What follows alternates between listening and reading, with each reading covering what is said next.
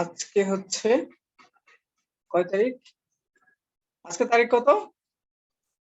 7 তারিখ। জি স্যার। জি স্যার। আচ্ছা 7 তারিখের জি অ্যাটেন্ডেন্স স্যার। এটা 7, 9, 21 এর অ্যাটেন্ডেন্স। তো আমরা এই ছকটা পূরণ করব। ছক পূরণ করতে অনেকগুলো স্টেপ। তোমার ছকের মধ্যে যেই জায়গা আছে তার চাইতে অন্তত 20-30 গুণ কাজ করতে হবে।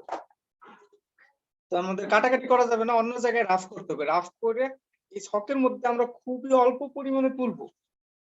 আমরা পোস্ট অফিস বক্সের মাধ্যমে একটা অজানা রোধ নির্ণয় করব। ছকে অল্প কিছু ডাটা দেওয়ার অপশন আছে। আমাদের বাইরে অনেক কাজ করে এখানে প্রয়োজনীয় ডাটা গুলো বসাইতে হবে। এর জন্য একটু বেশি স্মার্ট হতে হবে আর কি। তো আমি তোমাদের শুরুতে কি কি করতে হবে সেটা বলে দিচ্ছি। শুরুতে স্টেপ গুলো খুবই সহজ, তারপরে একটু কাজ করতে হবে, অনেক কাজ করতে হবে। প্রথম স্টেপ হচ্ছে, আমরা জানি এখানে কি করতে হয়। আমাদের হুইস্টন ব্রিজের যে নীতিটা আছে সেটাকে কাজে লাগায় এই ডাটাটা ফিল আপ করতে হবে। ওইখানে আছে পি, কিউ, আর, এস, চারটা রোধ আছে।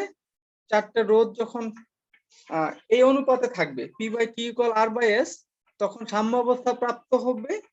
সাম্যাবস্থা প্রাপ্ত হইলে মাঝের যে গ্যালভানোমিটারটা থাকে সেই গ্যালভানোমিটারের মধ্যে দিয়ে কোনো কারেন্ট প্রবাহিত হবে না। ওটা আমরা খুঁজে বের করতে চাচ্ছি। ওটা খুঁজে বের করতে পারলেই আমাদের এখানে পি আর কিউ একদম সরাসরি জানা আছে, এই কয়েকটার মধ্যে হবে। তাহলে এই বাম পাশেটা নিয়ে টেনশন কম। আরটাকে চেঞ্জ করে করে করে করে বের করব তৃতীয় বাহুতে রোধ। আর চতুর্থ যেটা একটা তার থাকবে বা যাই হোক একটা কিছু রোধ নির্ণয় করব, সেটা টার্গেট যেটা ওইটা বের হয়ে যাবে। পি, কিউ, আর তিনটা যদি জানা হয়ে যায় তাহলে এস আলটিমেটলি জানা হয়ে যাবে। তো এর জন্য এই ছোট্ট একটা জায়গাকে ভালোভাবে কাজে লাগাইতে হবে। শুরুতে যে কাজটা করতে হবে, আচ্ছা কয়েকটা স্টেপ, চারটা স্টেপ। স্টেপ 1 আর স্টেপ 2, এই যে প্রথম 10-10 মধ্যে দুইটা স্টেপ। তারপরে এইখানে হচ্ছে স্টেপ 3, তারপরে এখানে হচ্ছে স্টেপ 4। স্টেপ 1 এ আমরা কি করব, চেক করে দেখব যে আমাদের যে কানেকশনটা আমরা দিয়েছি, আমাদের সামনে যে কানেকশনটা আছে এটা ঠিক আছে কিনা। এটা ঠিক আছে কিনা প্রথম চেক করব। এর জন্য আমাদের খুবই একটা সহজ একটা পদ্ধতি। এটা হচ্ছে বাম থাকে, বাম এই যে আমাদের তৃতীয় বাহুতে যে রোধটা দিতেছি আমরা, প্রথমে আমরা শূন্য দিব, মানে কোনো রোধ দিব না।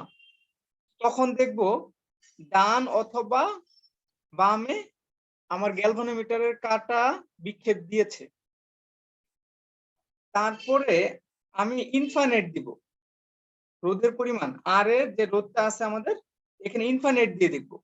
তখন উপরে যেটা ছিল ডান যদি হয় উপরে, তাহলে নিচে আর ডান হবে না, নিচে হবে বাম। তাহলে আমরা নির্দিষ্ট করে দিই, ধরে নিই উপরে শূন্যের জন্য ডান হয়েছিল, তাহলে ইনফাইনাইটের জন্য বাম হবে, না হলে উল্টো হবে। ঠিক আছে, ডান অথবা বাম হবে। এটা যদি এই পেয়ারটা যদি কাজ করে ডান আর বামের জন্য, তার মানে সার্কিটটা ওকে আছে। আমরা এখানে লিখব যে সংযোগ ঠিক আছে। এখানে লিখব সংযোগ ঠিক আছে। এবার আমাদের কাজ শুরু। সংযোগ ঠিক আছে, সংযোগ ঠিক আছে, মানে আমাদের এই কানেকশন দিয়ে আমরা অজানা রোধটা বের করতে পারবো, একটা সম্ভাবনা আছে। ওকে, তাহলে প্রথম স্টেপ পার হয়ে গেলাম। আচ্ছা স্টেপ 1টা জিজ্ঞাসা করি তো কয়েকজনকে। স্টেপ 1 এর মাধ্যমে আমরা কি করলাম?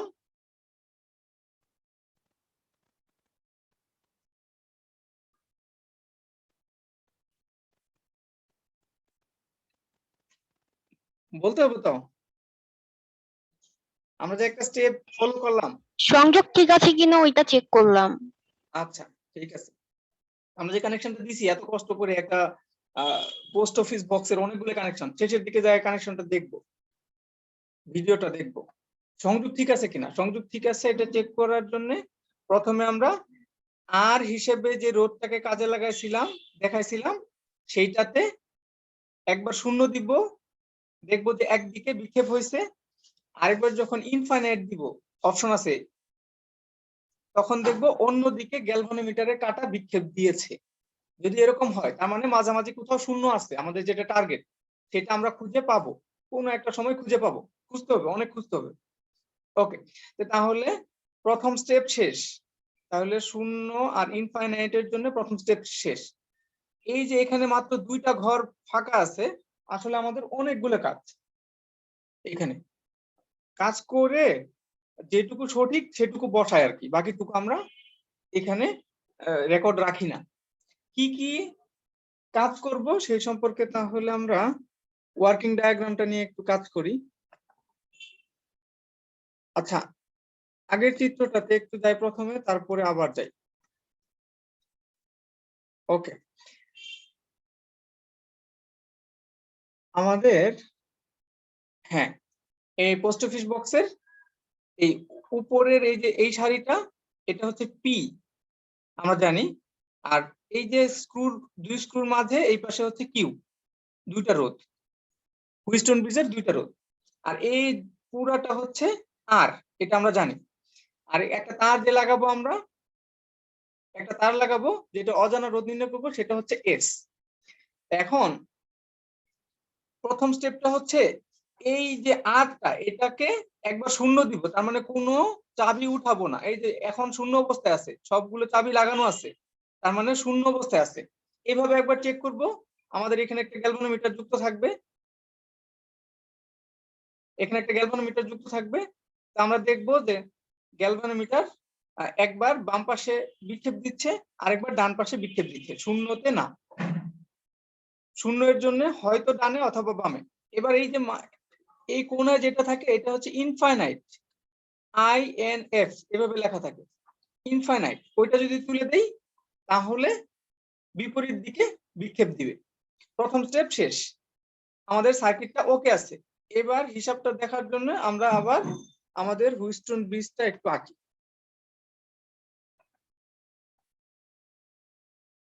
ওকে, হুইস্টন ব্রিজটা ছিল চারটা রোধের একটা সার্কিট। স্যার বলো। স্যার আমার মোবাইলের ইন্টারনেট শেষ হয়ে যাচ্ছে, এখনই শেষ হয়ে যাবে স্যার। আমি পরে ইউটিউব থেকে দেখে নিব। আচ্ছা, ঠিক আছে স্যার, আসসালামু আলাইকুম। ওয়ালাইকুম আসসালাম।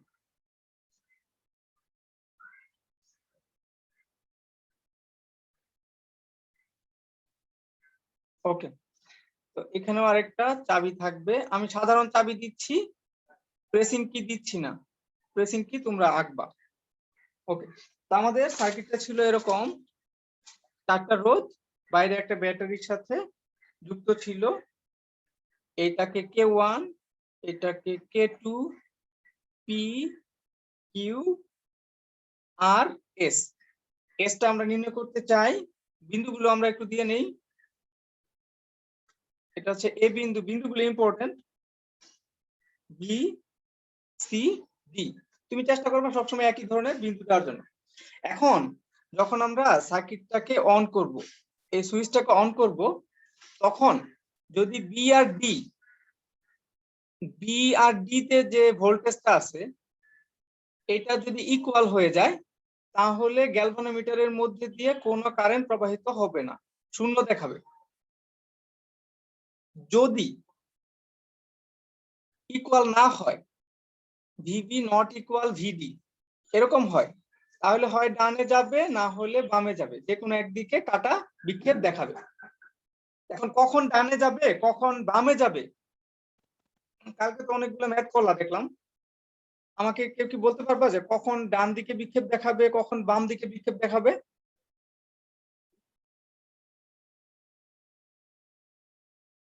কালকে ক্লাসে পড়ানো হয়েছে। একটু মনে করার চেষ্টা করো।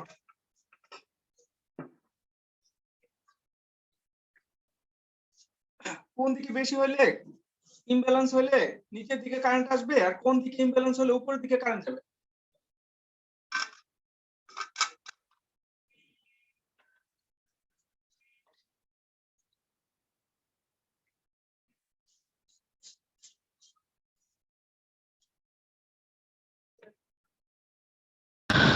স্যার, ডি বিন্দুতে যদি বিভব বেশি হয় তাহলে হচ্ছে গিয়ে যে বি বিন্দুর দিকে যাবে, উচ্চ বিভব থেকে নিম্ন বিভবের দিকে। আচ্ছা, ওকে। আমাদের যদি এরকম হয় পি বাই কিউ এর অনুপাত, মিলায় দেখো তোমাদের সাথে মিলে কিনা আমি যেটা বলি। পি বাই কিউ এর অনুপাত যদি আর বাই এস এর চাইতে বেশি হয়, পি বাই কিউ এর অনুপাত যদি আর বাই এস এর সাথে বেশি হয়, এর সাথে বেশি হয়। আচ্ছা ফাইজা, তুমি কন্ট্রোল চাচ্ছ কেন আমার কাছ থেকে? কি করবা ফাইজা 09? ফাইজা কথা বলো।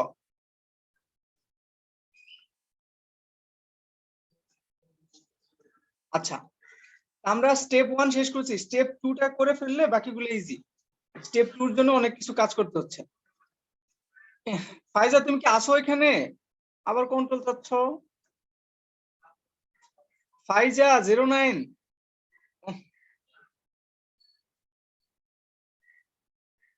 কি জন্য কন্ট্রোল চাচ্ছ?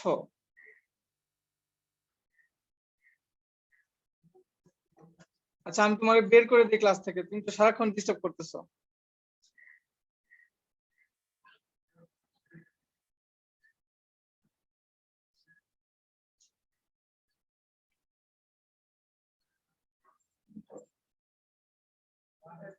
ফাইজা চলে গেছে মনে হচ্ছে। আচ্ছা, পি বাই পি আর কিউ এর অনুপাত যদি বড় হয় আর আর এস এর চাইতে, তাহলে আমার ডান দিকে বিক্ষেপ দেখাবে, ডান দিকে বিক্ষেপ দেখাবে। এই ডি থেকে বি এর দিকে কারেন্ট যাবে, ভিডি তাহলে বড় হবে আর ভিবি ছোট হবে। আচ্ছা ডান দিক বাম দিক পরে বুঝো, এই নিচেরটুকু বুঝছো কিনা একটু দেখো তো। যদি আমাদের পি বাই কিউ বড় হয় আর আর বাই এস ছোট হয়, তাহলে ভিডি বড় হবে। এটা কি তুমি হিসাব করে বের করতে পারবা, দেখাতে পারবা? আমি একটা সার্কিট দেখাই তাহলে তোমাদের মনে পড়বে। তোমরা বাসায় মনে হয় পড়ো না, একদমই পড়ো না। কালকে তো স্যার পড়াইলেন, সব তোমার যতই খাওয়ায় দেখ, তুমি যদি না পড়ো তাহলে হবে? এটা যেহেতু সমান্তরাল একটা সার্কিট, এখানে যত ভোল্টেজই থাকুক, ধরো ভি ভোল্টেজ আছে, ঠিক আছে? এখন এই যে বি আর ডি তো আমাদের এই মাঝামাঝি বিন্দু, তাই না? এখানে বি বিন্দু, এখানে ডি বিন্দু। কারেন্ট আসতে গিয়ে পি তে কতটুকু ড্রপ হয়েছে এর উপরে নির্ভর করে বি তে এখন কত আছে। এই ভোল্ট কারেন্ট আসতে গিয়ে আর তে কতটুকু ড্রপ হয়েছে এর উপর নির্ভর করে যে বি তে এখন কতটুকু আছে। মানে ভিবি আর ভিডি নির্ভর করে পি আর আর এর উপরে। এখন পি যদি বড় হয় তাহলে এখানে ভোল্টেজ বেশি ড্রপ হবে, এখানে ভোল্টেজ বেশি ড্রপ হবে। এখানে ভোল্টেজ যদি বেশি ড্রপ হয় তাহলে কি বি বিন্দুতে কমে যাবে না? পি তে যদি ভোল্টেজ রোধ বেশি থাকে তাহলে ভোল্টেজের পরিমাণও বা ড্রপের পরিমাণও এখানে অনেক বেশি হবে। তো যদি বাম পাশেই ভোল্টেজ বেশি খরচ হয়ে যায় তাহলে ডান পাশের বিন্দুতে তো কমই থাকবে, ঠিক আছে? আর বাম পাশে যদি কম খরচ হয় তাহলে ডান পাশে বেশি থাকবে। তাহলে এইটা যদি বড় হয় তাহলে আমরা দেখবো এখানে কম ভোল্টেজ পাবো, আর এটা যদি ছোট হয় তাহলে এখানে আমি বেশি ভোল্টেজ পাবো। তাহলে কারেন্ট নিচের থেকে উপরের দিকে যাবে। এই অবস্থায় কারেন্ট নিচের থেকে উপরের দিকে যাবে। নিচের থেকে উপরের দিকে যদি যায় তাহলে আমরা এখানে বলে দিই যে আমাদের বিক্ষেপটা ডান দিকে হবে। ঠিক আছে? একই ঘটনা যদি উল্টা কথা কল্পনা করি যে পি বাই কিউ যদি ছোট হয়, পি বাই কিউ যদি আর বাই এস এর চাইতে ছোট হয়, তখন ভিডিটা ছোট হবে, ভিবিটা বড় হবে, তখন উল্টা দিকে বিক্ষেপ দিবে, উল্টা দিকে বিক্ষেপ দিবে। তো এই ঘটনাটাকে ক্যাপিটালাইজ করে আমরা বের করে ফেলবো যে কোন দিকে বেশি, রোধের পরিমাণ কোন দিকে বেশি। আমাদের ব্যালেন্স করতে হলে এস এর মান বাড়াইতে হবে নাকি কমাইতে হবে। আমি তোমাদের এখনই কাজ দিতেছি যে এস এর মান এখন বাড়াবো না কমাবো, তোমরা এখনই বলে ফেলতে পারবা আশা করি যারা দেখতেছো। দেখো, মনে করো আমরা তো আর এর মানটা চেঞ্জ করতে পারি, তাই না? আর কোনো কিছু তো চেঞ্জ করতে পারতেছি না, শুধু এখানে আর এর মান চেঞ্জ করতে পারি, আর কোনো কিছুই চেঞ্জ করতে পারি না। আর এর মানটা শুধু চেঞ্জ করতে পারি, আর কোনো কিছু চেঞ্জ করতে পারি না। এখন আর কে চেঞ্জ করতে করতে পি আর কিউ তো নির্দিষ্ট, পি আর কিউ নির্দিষ্ট। মনে করো 10 10 নিয়েছি, এখানে 10 এখানে 10 নিয়েছি, তাহলে বাম পাশে হয়ে গেছে 10 বাই 10, তাহলে হয়ে গেল কত? 1। লেফট সাইডে হয়ে গেল 1। আচ্ছা, তাহলে লেফট সাইডে 1। এবার এই পাশে যদি আর এর মান আমরা যেটা পরিবর্তন করতে পারি, যে দুই সারি রোধ দেখছিলাম, এখানে যদি আমি 1 নেই, এখানে যদি আমি 1 নেই, আর এর কারণে আমি যদি ডান পাশে বিক্ষেপ না পাই, ডান পাশে বিক্ষেপ না পাই, তাহলে এস এর মান কি একের চাইতে ছোট না বড়? খেয়াল করে দেখো, আমি আর এর মান 1 নিয়েছি, এখন আর এর মান 1 নিয়েছি, এখন এস এর মানের কারণে আমি ডান পাশে বিক্ষেপ চাচ্ছি, কিন্তু ডান পাশে বিক্ষেপ হচ্ছে না। তার মানে কি এস এর মানটা কি 1 এর চাইতে বড় না ছোট? বড়। 1 এর চাইতে বড়। 1 এর চাইতে বড় হইলেই কি হবে? 1 এর চাইতে বড় হবে না ছোট হবে? বড় হবে। 1 এর চাইতে ছোট হইলেই তো এই ঘটনাটা সত্য হবে না। এই ঘটনাটা সত্য হইলে তো আমি ডান পাশে বিক্ষেপ পাইতাম। এই ঘটনাটা এখন আর সত্য নাই, এই ঘটনাটা সত্য হয়ে গেছে, এই ঘটনাটা সত্য হয়ে গেছে। তার মানে এস এর মান একের চাইতে ছোট, একের চাইতে ছোট। মনে করো 0.5, 0.5 যদি হয়, তাহলে কি হয়ে যাবে? একের চাইতে ডান পাশটা বড় হয়ে যাবে না? এখানে 2 হয়ে যাবে না? ডান পাশে 2 হয়ে যাবে না? খেয়াল করে দেখো, ডান পাশে কিন্তু 2 হয়ে যাবে। যদি এটা এস যদি 0.5 হয়, তাহলে ডান পাশে কি হয়ে যাবে? 2 হয়ে যাবে। ডান পাশে যদি 2 হয়ে যায়, তাহলে ডান পাশের এই ঘটনাটা সত্য না, তখন বাম পাশের ঘটনাটা সত্য হয়ে যাবে। বাম পাশের ঘটনা সত্য হয়ে যাবে। তখন আমরা দেখি বাম পাশের ঘটনা সত্য হয় কিনা। পি বাই কিউ তো 1 1 10 10 নিছি, তাহলে পি বাই কিউ 1, বাম পাশে 1, ঠিক আছে। ডান পাশে কি 1 নেওয়ার কারণে এখানে আমরা কি পাইছি? এবার ডান পাশে বিক্ষেপ না পায় বাম পাশে বিক্ষেপ পাইছি। বাম পাশে বিক্ষেপ কখন পাবো? যদি আর বাই এস বড় হয়ে যায়। এখানে যদি 0.5 নেই, 0.5 নেই, এখানে 2 হয়ে যায়, তাহলে 2 is smaller than 1, এটা হয়ে যায়।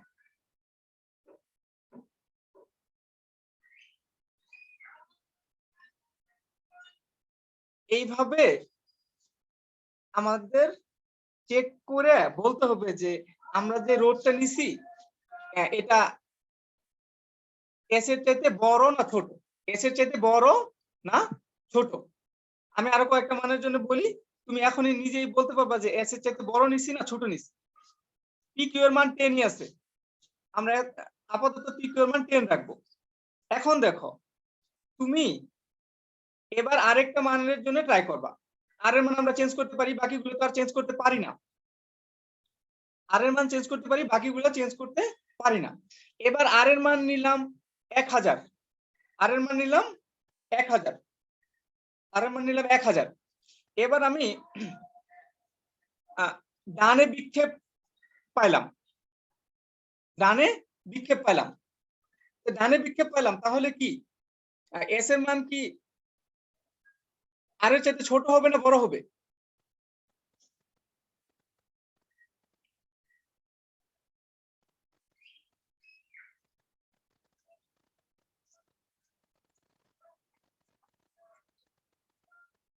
যখন যেদিকে বিক্ষেপ পাবো তখন ওই দিকের ঘটনাটা সত্য, ওই দিকের ঘটনাটা সত্য। এক নেয়ার কারণে আমরা বামে সত্য পাইছি, বামে সত্য পাইছি, বামে সত্য পাইছি। 1000 নেয়ার কারণে যদি ডান দিকে বিক্ষেপ হয় তাহলে ডান দিকের ঘটনাটা সত্য, ডান দিকের ঘটনাটা সত্য। তার মানে হচ্ছে ডান দিকের ঘটনা যদি সত্য হয় তার মানে হচ্ছে আমাদের এসটা আর এর চাইতে কি ছোট না বড় হবে?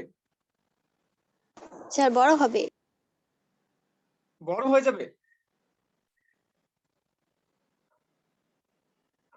আচ্ছা আমি একটু মানটা বসাই, দেখি কত হয়। ওকে, এই ঘটনাটা কেন এখানে সত্য হইলো একটু বসায় দেখি। ওকে, এখানে 1000 বসালাম, 1000 বসালাম। এখন 1000 বসানোর পরেও নিচে এমন একটা সংখ্যা বসাইছি যার কারণে ডান পাশটা ছোট হয়ে গেছে। তার মানে ডান পাশে এখন এস এর মান 1000 এর থেকে বড় আছে, 1001 হোক, বড় আছে। ঠিক আছে, এইভাবে আমি খুঁজে বের করব যে ডান পাশে যদি বিক্ষেপ হয় তার মানে এস এর মানটা আমি এখনো যে আর দিয়েছি এর চাইতে বড় আছে। আর যদি বাম পাশে বিক্ষেপ হয় তাহলে আমি বুঝবো আমি যে এখন পর্যন্ত আরটা দিয়েছি এর চাইতে ছোট আছে, এর চাইতে এস এর মানটা ছোট আছে।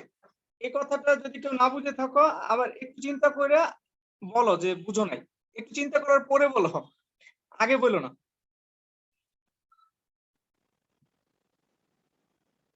বামে সত্য হলে কি বুঝবো, ডানে সত্য হলে কি বুঝবো? স্যার আবার একটু বলবেন? যদি আমাদের ডান পাশে বিক্ষেপ হয় তার মানে কি আমাদের আর বাই এস এর মান পি বাই কিউ এর চাইতে ছোট, তাই না? আর বাই এস এর মান পি বাই কিউ এর চাইতে ছোট, এটা সত্য হওয়া মানে হচ্ছে আর বাই এস এর মান পি বাই কিউ এর চাইতে ছোট। এটা তো ঠিক আছে। ওকে, জি এখন স্যার। আর এর মান আমি 200 বসাইলাম, 200 বসানোর পরেও আমি ডানে বিক্ষেপ পেলাম। তার মানে কি নিচের সংখ্যাটা অবশ্যই 200 এর চাইতে বড়, না হলে তো এই ঘটনাটা সত্য হইতো না। না হলে এই ঘটনা সত্য হইতো? অবশ্যই এই ঘটনাটা সত্য হইতো না যদি 200 এর চাইতে এস এর মান বড় না হইতো। 200 এর চাইতে এস এর মান বড় হওয়ার কারণে এই ঘটনাটা আমি দেখতে পাইছি। অন্য কোনো ভাবে এই ঘটনাটা দেখা সম্ভব না। 200 এর চাইতে কত বড় হবে আমি নিশ্চিত না, তো বড় তো অবশ্যই, না হইলে এই ফলাফলটা কি হইতো একের চাইতে ডান পাশটা বড় হয়ে যেত। মনে করো এখানে 201 আছে বা 2000 আছে, ঠিক আছে? তার মানে হচ্ছে যদি আমি ডানে বিক্ষেপ পাই, যে রোধের জন্য বিক্ষেপ পাইছি আমার এস এর মান হবে তার চাইতেও বড়, তার চাইতেও বড়। আর যদি বামে বিক্ষেপ পাই তাহলে যে রোধের জন্য বিক্ষেপটা পাইছি, মনে করো 10 এর জন্য বিক্ষেপ পাইছি, তাহলে এসটা হবে 10 এর চাইতে ছোট। 10 এর চাইতে ছোট হিসাবটা আমি তোমার একটু দেখাই। মনে করো আর এর মান 10 বসাইছিলাম, আর এর মান 10 বসাইছিলাম। এখন কি হইতে হবে, এস এর মান এমন হইতে হবে যেন একের চাইতে বড় হয়, একের চাইতে বড় হয়। ফলাফল যেন এই 10 বাই সামথিং একের চাইতে বড় হয়। এখানে তুমি 11 না দিলে কি হবে?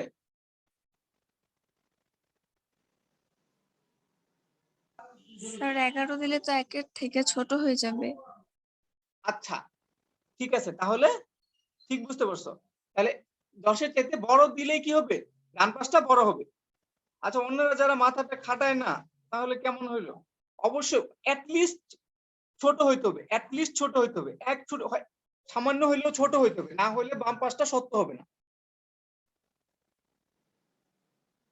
একটু কি কেউ বুঝো নাই? স্যার বুঝেছি।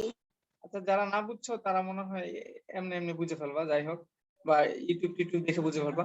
আমাদের এই কন্ডিশনে যদি ডানে বিক্ষেপ হয় তাহলে অবশ্যই আমরা যেই রোধটা নির্ণয় করতে চাই সেটা আর এর চাইতে বড়। আর যদি বামে বিক্ষেপ হয় যে রোধটা নির্ণয় করতে চাই এটা আর এর চাইতে ছোট। এখন এইভাবে আমরা আগাবো। কিভাবে আগাবো এর একটা লিস্ট করতেছি আমি, লিস্টটা খেয়াল করো সবাই।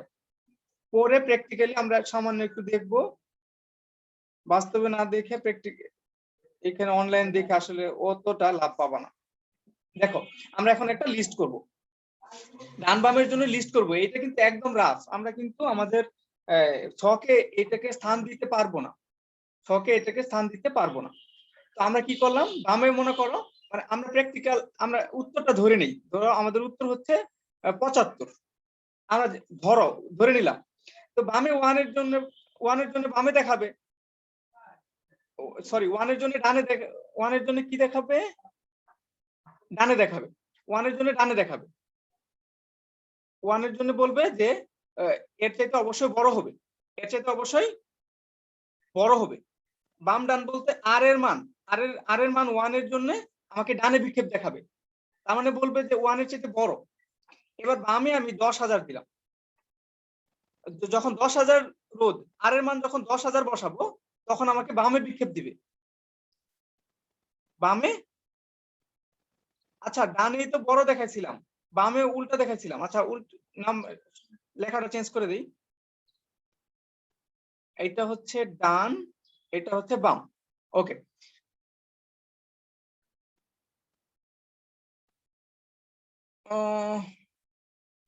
আমারই মাথা নষ্ট হয়ে যাচ্ছে। এটা হচ্ছে ডান, এটা হচ্ছে বাম। ওকে, বামে যখন দেখাচ্ছে তার মানে হচ্ছে এর চাইতে কিছু হইলেও ছোট হবে, আর ডানে যখন দেখাচ্ছে তার মানে এর চেয়ে কিছু হইলেও বড় হবে। আমরা কি করব, এই বামেরটা খুব দ্রুত চেঞ্জ করব। মনে করে 1000 থেকে 500 করে ফেললাম, 500 করে ফেলার পরেও তো বামেই দেখবো আমরা, তাই না? যেহেতু আমাদের টার্গেট 75, বামেই দেখাবে। এবার আমরা কি করব, এইখানে মনে করো 100 করে ফেললাম, 100 করে ফেললাম। 100 করে ফেলতে যায় দেখলাম যে আসলে আমাদের কি দেখাচ্ছে না, ডানে দেখাচ্ছে না, কিন্তু তখন বামে দেখাচ্ছে, তখন 100টা কিন্তু এখানে লিখতে হবে। এইবার আমরা কি করব, ডানে করার জন্য এখানে হয়তো তাহলে 90 করলাম, 90 করলাম, তারপরে দেখা গেল কি এবার আমাদের বামেই দেখাচ্ছে, তার মানে এর চাইতে ছোট। এবার আমরা আরেকটু ছোট দিয়ে ট্রাই করলাম। তো এবার এখন আমরা মনে করো এখানে 50 দিয়ে ট্রাই করলাম, 50 দিয়ে ডানে দেখাচ্ছে, তার মানে হচ্ছে এর চাইতে আরেকটু বড়। এবার আমরা 60 দিয়ে ট্রাই করলাম। এইভাবে আমরা দেখবো যে যখনই 75 দিয়ে ট্রাই করব, তখন শূন্য দেখাচ্ছে। বিষয়টা খেয়াল করে দেখো যে ডান বাম করতে করতে করতে করতে আমরা 75 এ যায় পৌঁছাবো। যে ডানে দেখাচ্ছে তার মানে এর চাইতে আরেকটু বড়, বামে দেখাচ্ছে তার মানে আরেকটু ছোট, এভাবে চেঞ্জ করব। ডানে দেখাচ্ছে এর চাইতে আরেকটু বড়, বামে দেখাচ্ছে এর চাইতে আরেকটু ছোট। এইভাবে চেক করতে করতে যখন 75 এ যাব, তা আমরা এই 75টার আশেপাশে আরো যে দুইটা মান আছে 76 আর 74, এই মানটা আমাদের ছকে স্থান দিব, বাকিগুলাকে কিন্তু স্থান দিব না, এইটুকুকে স্থান দিব না, এইটুকুকে লিখবো না। আমরা এইভাবে একটা রোধের মান বের করে ফেলতে পারি, কিন্তু হচ্ছে বাস্তবে এত সহজ না। কেন সহজ না বলতো? বাস্তবে রোধের মান 75ই হয় না, বাস্তবে রোধের মান হবে কত, 75.5 বা 75.6। এটা দিয়ে কিন্তু তুমি কখনোই শূন্য পাবা না, এটা দিয়ে তুমি কখনোই শূন্য পাবা না, একদিকে না একদিকে বিক্ষেপ দেখাবে। এখন তুমি আমাকে বলো তো যে 75 শূন্য পাবো না কেন? আমি কেন বলতেছি যে শূন্য পাবা না? কেউ কি বলতে পারবা শূন্য কেন পাবা না? কারণ হচ্ছে পি বাই কিউ তো আমাদের নির্দিষ্ট 1, আর বাই এস দিলাম আমরা। এই আর এর যে মানগুলো বসাচ্ছি, আমাদের এখানে আর এর মান সবসময় পূর্ণ সংখ্যা। খেয়াল করছিলাম আমরা যে রোধ বক্স থেকে মান দিচ্ছিলাম 1 থেকে নিয়ে 5000 পর্যন্ত বা 500 পর্যন্ত, এখানে কিন্তু পূর্ণ সংখ্যা। তুমি তো আর এর মান সবসময় সর্বোচ্চ কত দিতে পারবা, 75 অথবা 76, কিন্তু তুমি 75.5 না দিলে কখনোই শূন্য পাবা না, কখনোই শূন্য পাবা না। যখনই তুমি ওই যে 75 আর 76 এর মধ্যে কনফিউশনে পড়বা, তখন তুমি মন্তব্য লিখবা আর এর মান 75 থেকে 76 এর মধ্যে। এটা হলো স্টেপ 1 শেষ। এবার স্টেপ 2 শুরু করব। স্টেপ 2টা কিভাবে শুরু করব আমি একটু দেখাই তোমাদেরকে। আচ্ছা, তাহলে আমরা এখানে লিখে ফেলবো। স্টেপ 2টা হচ্ছে আমাদের এখানে, স্টেপ 2টা হচ্ছে এইটা স্টেপ 2 কিভাবে সেটা আমি তোমাদের একটু বলতেছি, লাস্টের দিকে ভিডিওটা দেখবো। স্টেপ 2 টা আসলে কি করবে, আমাকে কিভাবে হেল্প করবে সেটা আমি তোমাদেরকে একটু বলতেছি। এই যে আমাদের 75 দিতে পারতেছিলাম, 75.5 দিতে পারতেছিলাম না, এই সমস্যাটা সমাধান করবে আমাদের স্টেপ 2। স্টেপ 2 তে পি এর মান কত ছিল বলো তো?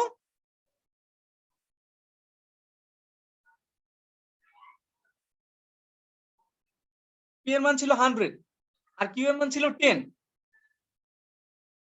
পি এর মান ছিল 100, কিউ এর মান ছিল 10। এবার কিউ বাই পি এর মান তাহলে কত?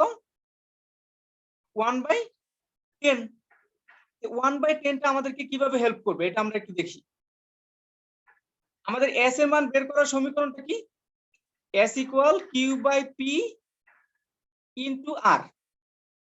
আগে কিউ আর পি একই ছিল, এই জন্য এস এর মান যত, আর এর মান যত বসাইতাম ওইটাই এস হয়ে যেত। কিন্তু এখন কিউ বাই পি কিন্তু 1 না, এখন কিউ বাই পি কত? 1/10। 1/10। এখন আর এর মান আমি যত বসাবো এস এর মান কত হবে? এর 10 ভাগের 1 ভাগ। এস এর মান হবে এবার 10 ভাগের 1 ভাগ। তার মানে আমি যদি ডান পাশে আগে যে 75 বসাইয়া 0 এর কাছাকাছি পাইছিলাম, এখন 750 বসাইতে হবে। এখন 750 বসাইতে হবে, ঠিক আছে? তাহলে আমি এখন কিন্তু ওই যে 75-76 এর যে ব্যাপারটা, 75.5 এর যে ব্যাপারটা, ওইটাকে ওভারকাম করতে পারবো। ওভারকাম কিভাবে করবো আমি একটু হিসাবটা দেখাই। মনে করো এবার আমি আমাদের রোধ বক্স থেকে এই 755 তো এবার দিতেই পারবো, 755 দিতে পারবো। কিন্তু তাহলে এস এর মান কত হবে? 1/10 ইনটু আর। 1/10 ইনটু আর, তাহলে কত হবে? 75.5। আমি যদি পি বাই কিউ এর এই তৃতীয় যে স্টেপটা, এটা যদি ফলো করি তাহলে আমি ফ্র্যাকশন নিতে পারবো। ডান পাশে পূর্ণ সংখ্যায় দিব, আর এর মান দিব পূর্ণ সংখ্যা, কিন্তু বাম পাশে এসটা হবে ফ্র্যাকশন, ভগ্নাংশ। এখন একইভাবে যদি আমাদের এতেও না মিলে, দেখা যায় যে আসলে 75.7, তো তুমি কখনো এটা দিয়েও নিষ্পন্দ বিন্দু খুঁজে পাবা না, শূন্যটা খুঁজে পাবা না। তার মানে কি এই 7টাকে দিতে হবে। তখন তুমি কি করবা? তখন তুমি আরেকটু চেঞ্জ করবা। আরেকটু চেঞ্জ করা বলতে পি আর কিউ এর মান এবার কি দেখাবা? পি আর কিউ এর মান এবার 1000 নিবা, পি এর মান 1000 নিবা আর কিউ এর মান নিবা 10। কিউ এর মান যখন 10 নিবা তাহলে কিউ বাই পি এবার কত হয়ে যাবে? 1/100। 1/100। তো 1/100 যদি হয় কিউ বাই পি এর মান, তাহলে এস এর মানটা এবার কত হবে? আমাদের সমীকরণ থেকে যে এস এর মান আসবে সেটা হবে 1/100 ইনটু আর। এবার কি তুমি যদি আর এর মান এই 7557 বসাও, আর এর মান 7557 বসাও, এটা তো তুমি পারবা। এটাকে 100 দিয়ে ভাগ করলে যে মানটা, সেটা হবে এস এর মান। তার মানে হচ্ছে আমাদের পূর্ণ সংখ্যা দিয়ে আমরা ফ্র্যাকশনের হিসাবটা করে ফেলতেছি, ফ্র্যাকশনের হিসাবটা করে ফেলতেছি এখান থেকে, পি বাই কিউ অনুপাত থেকে, জাস্ট আর কিছু না। এখন শাহজাহান তপন স্যার এটাও বলছে যে এরপরেও তুমি নাও পাইতে পারো। এরপরে কি করবা? এরপরেও মনে করো আরো কিছু আছে, আরো 2 আছে, তখনও তুমি শূন্য পাবা না, তখনও তুমি শূন্য পাবা না। তো এর জন্য শাহজাহান তপন স্যার যে সমাধানটা দিছে সেটা বলছে যে তুমি যার জন্য শূন্য এর কাছাকাছি পাও, শূন্য এর কাছাকাছি পাও, মনে করো আর এর জন্য শূন্য এর কাছাকাছি পাইলা লেফট সাইডে, এখন আর প্লাস 1 এর জন্য যেটার জন্য রাইট সাইডে পাও, আমি ছবিটা আবার আঁকি, একটা মানের জন্য শূন্য এর খুব কাছাকাছি পাচ্ছ, এই 7557 এর জন্য শূন্য এর খুব কাছাকাছি পাচ্ছ, 7557 এর জন্য শূন্য এর খুব কাছাকাছি পাচ্ছ, শূন্য পাচ্ছ না, একদম শূন্য এর খুব কাছাকাছি চলে আসছে কিন্তু শূন্য না। তো তখন তুমি কি করবা? তখন তুমি 7557 এর সাথে 1 যোগ অথবা 1 বিয়োগ করে তুমি দেখবা যে 7557 এর জন্য যদি ডান পাশে বিক্ষেপ হয় আর যোগ বিয়োগের কারণে যদি আরেকটা বাম পাশে বিক্ষেপ হয়, অবশ্যই হবে। তো এইটার গড় নিবা, এটার গড় নিবা। গড় কিভাবে নিবা? যে 7557 এর জন্য দেখলা যে গ্যালভানোমিটারে বিক্ষেপ হচ্ছে 10 ঘর, বিক্ষেপ হচ্ছে 10 ঘর, আর এটাকে D1 ধরলাম। আর 7558 এর জন্য বিক্ষেপ হয়েছে বিপরীত পাশে, মনে করো 5 ঘর, বিপরীত পাশে কিন্তু হইতে হবে। এটা যদি ডানে হয় এটা বামে হইতে হবে, একটা ডানে হইতে হলে আরেকটা বামে হইতে হবে, অবশ্যই হবে। যদি 57-58 হয় ডানে, তাহলে 57 হয়, 56 হয়তো বামে হবে, যে কোনো একটা হবেই, অবশ্যই হবে। এখন বিপরীত পাশে দুইটা নিলা, D1 D2 যে দুইটা মান বের করলা, এই দুইটা মান বসায় দিয়ে আমাদের একটা সমীকরণ সাধারণত কনসেপ্ট দিয়ে দিছে, এই সমীকরণে যদি বসায় দাও ওইটাই S এর মান। মানে এক্স্যাক্টলি করা গেল না আর কি শেষ পর্যন্ত, অনেক চেষ্টার পরেও। সেটা হচ্ছে 1/100 আর এর মান তো আমরা জানি, প্লাস ওই D1 আর এর জন্য যে বিক্ষেপ সেটা, আর R+1 বা R-1 এর জন্য যে বিক্ষেপ সেটা হচ্ছে D2, এত ওহম পাওয়া যাবে। এটা ছাড়া তখন আর কোনো উপায় থাকবে না, আরো ফ্র্যাকশন থাকতেই পারে, দশমিকের পরে 5 ঘর থাকলে তুমি কখনো শূন্য পাবা না। ওকে, এখন আমি একটা ভিডিও দেখাই তোমাদেরকে, ওইখানে কানেকশন সহ আছে, বলো। স্যার আর এর মান 755 নিতে পারবো না কেন? 755 তো অবশ্যই নিতে পারবো। স্যার 755 নিলে তাহলে তো 100 দিয়ে ভাগ করলে তাহলে কি বলে 75.5 তখন পাই না? হ্যাঁ পাই, কিন্তু আমার রোধ যদি হয়, রোধ চেঞ্জ করে দিচ্ছি তো।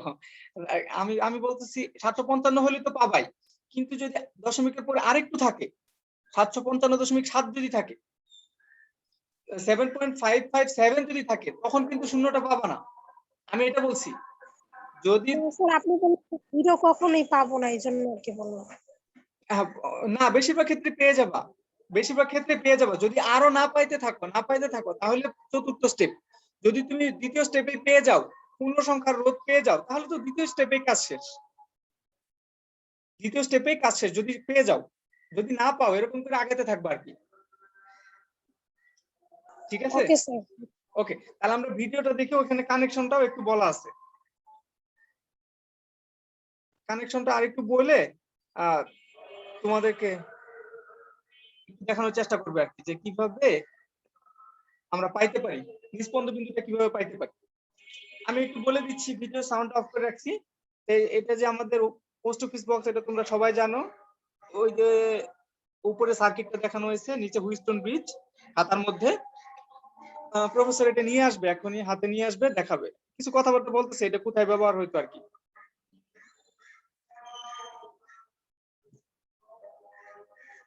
উনি একটু কানেকশনটা দেখাবে।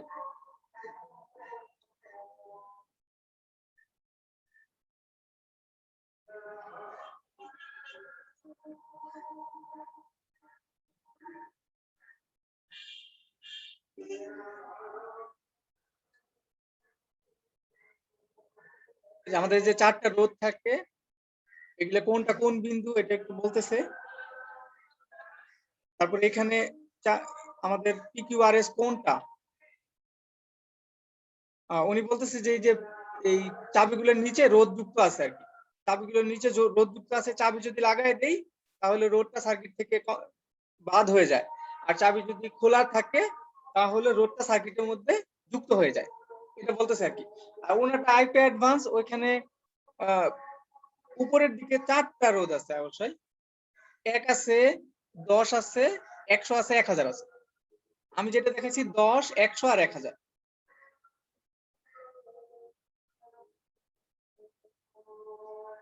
ওই মাঝের সাথে এই কি এর একটা সংযোগ আছে, ওই যে ডট ডট দিয়ে দেখাচ্ছে, মাঝের সাথে কি, এই যে টেপা চাবি যেটা, প্রেসিং কি যেটা, এটার সংযোগ আছে।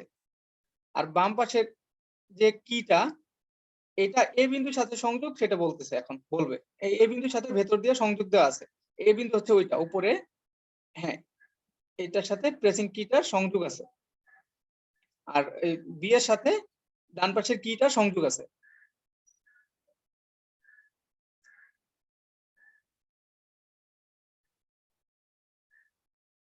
আচ্ছা, আর ওই ডান পাশে ওইটা হলো সি বিন্দু, আমার হুইস্টন ব্রিজের সি বিন্দু। আর মাঝের এসটা হচ্ছে, আচ্ছা সি আর বি এর মাঝে একটা রেজিস্ট্যান্স, সেটাকে বলছে কিউ, আর এ আর বি এর মাঝে পি।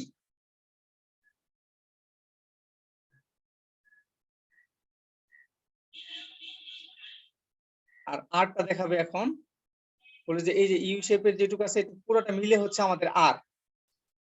এখান থেকে রোধ যুক্ত করে আমরা আর বানাইতে পারি 1 থেকে নিয়ে 5000 পর্যন্ত। এটা হচ্ছে 5000।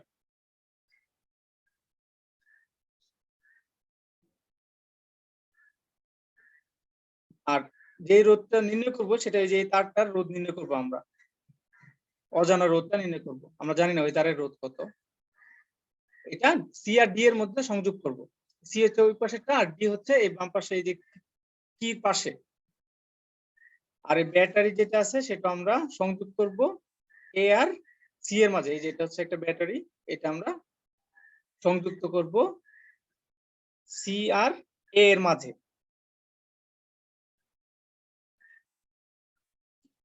এখানে একটা ইম্পর্টেন্ট কথা বলতেছে, প্রথমে আমরা বাম পাশের যে কিটা এটাকে আগে চাপবো, ডান পাশেরটাকে পরে চাপবো। বাম পাশের কিটা আমাদের সার্কিটের ব্যাটারিকে আগে সংযুক্ত করবে আর কি।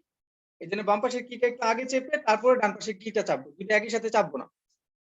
এটা একটা এক্সটার্নাল কি, চাবি যেটা, এটা ইউজ করতে পারি, কিন্তু এটা দরকার নেই আসলে। আমাদের প্রেসিং কি আছে, এখানে একটা কানেকশন কিভাবে দিব এটার একটা টেকনিক বলে দিবে, যে তারটাকে একটু বাঁকা করে নিয়ে তারপরে ওই যে দুইটা নাটের দুইটা ওয়াশারের মাঝে যদি এভাবে আটকে দিই তাহলে কানেকশনটা হয়ে যাবে। আমাদের এইভাবে কানেকশন দিতে হবে ল্যাবে। তাহলে ব্যাটারির এ প্রান্তের সাথে কানেকশন দেওয়া হলো, এখন সি প্রান্তের সাথে কানেকশন দিবে। ছোট হয়ে গেছে তারটা।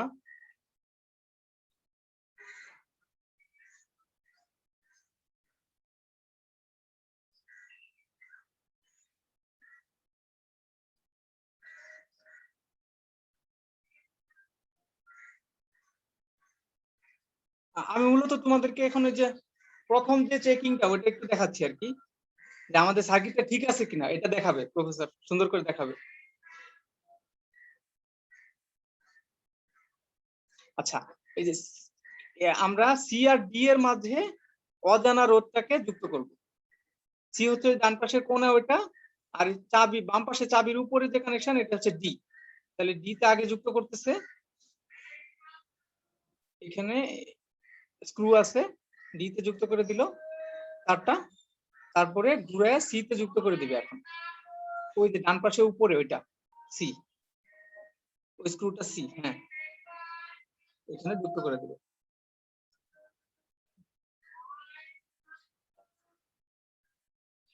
এবার রোধ কানেকশন দেওয়া হয়েছে, ব্যাটারি দেওয়া হয়েছে, এবার শুধু গ্যালভানোমিটারটা বাকি।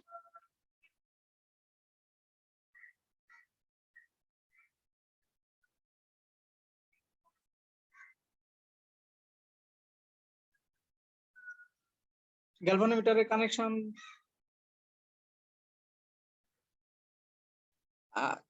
কানেকশন গুলা টাইট করে দিতে হবে। লুজ কানেকশন হলে ওইখানে রেজিস্ট্যান্স হয়ে যায়, অনেক বেশি রোধ যুক্ত হয়ে যায় সার্কিটের সাথে, তুমি বুঝতে পারবে না। এই জন্য যে কোনো কানেকশন একটু নিশ্চিত করে টাইট করে দিতে হবে। লুজ কানেকশন করা যাবে না, লুজ কানেকশনে অনেক এনার্জি লস হয়, আমাদের হিসাব তো হবেই না, একদম নষ্ট হয়ে যাবে। একটু টাইট করে দিতে হবে। আর যদি পুরাতন তার থাকে তাহলে সিরিজ কাগজ দিয়ে ঘষে নিতে হবে। আচ্ছা, আমাদের মিটারটাকে কানেক্ট করতেছে, গ্যালভানোমিটারটা আমরা বি আর একটা কি এর মাধ্যমে বি আর ডি এর মধ্যে কানেক্ট করব। একটা কানেকশন দেওয়া হয়েছে, ডান পাশের এই কিটা জানো ওই যে বি এর সাথে কানেক্টেড আছে। এবার ডি হচ্ছে এই বাম পাশের এইটা কি এর উপরে যে স্ক্রুটা এটার সাথে আরেকটা কানেকশন দিবে।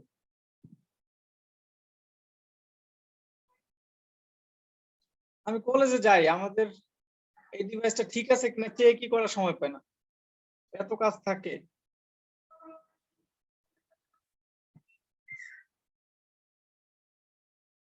আচ্ছা, গ্যালভানোমিটারটা খুব ভালো করে খেয়াল করো, খুব বেশি সময় পাবে না দেখানোর। কারণ আমাদের ক্লাসের সময় শেষ। ওনার সময় আছে, ওনার এখনো 10 মিনিট আছে। আমাদের কানেকশন গুলো এগুলো হাতে হাতে দেয়া কানেকশন, তো একটু সাবধানে না দিলেই দেখবে যে কিছুক্ষণ আগে যে রিডিং আসছিল এখন ভিন্ন দেখাচ্ছে, কোন একটা জায়গায় সরে গেছে, এই সেই ঝামেলার কারণে ঝামেলা হয়। আমাদের পি আর কিউ থেকে প্রথমে নির্দিষ্ট পরিমাণ রোধ সরায় নিতে হবে। মনে করো আমরা 10 সরায় নিলাম, উনি 10 সরায় নিছে আর কি। প্রথমে 10 সরায় নিলাম, এবার আমরা টেস্ট করে দেখবো আমাদের সার্কিটটা ঠিক আছে কিনা। উনি আরো একটা ইম্পর্টেন্ট কথা বলছে, এটা আপাতত দরকার নেই। 10 সরায় নিছে, এবং সার্কিটটা টেস্ট করবো। ওই আমাদের মিটার কি দেখায় সেটা খেয়াল করো।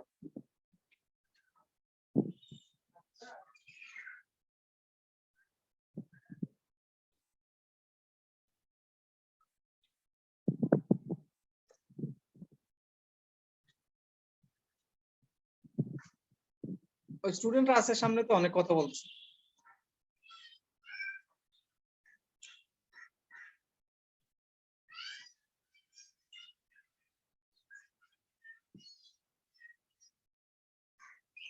হিন্দি ভিডিও তোমরা ইচ্ছা করলে দেখতে পারো, ইজি।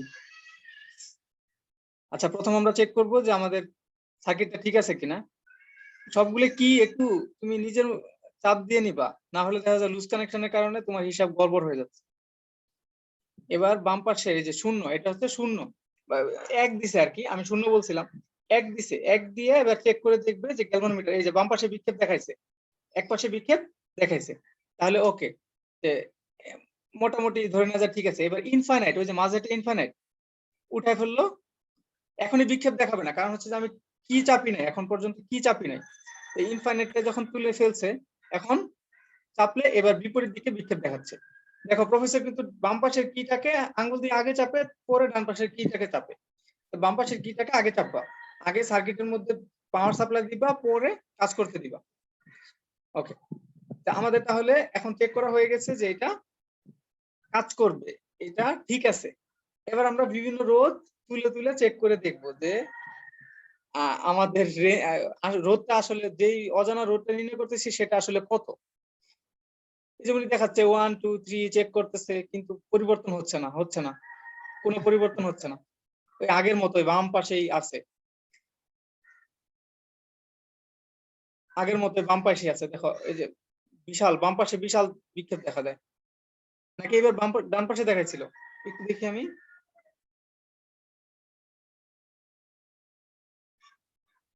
ও, এবার ডান পাশে দেখাইছে, তার মানে হচ্ছে এই যে এখানে যে রোধগুলো তুলছে এর মাঝে কোনো একটা মান আমাদের রোধের মান হবে।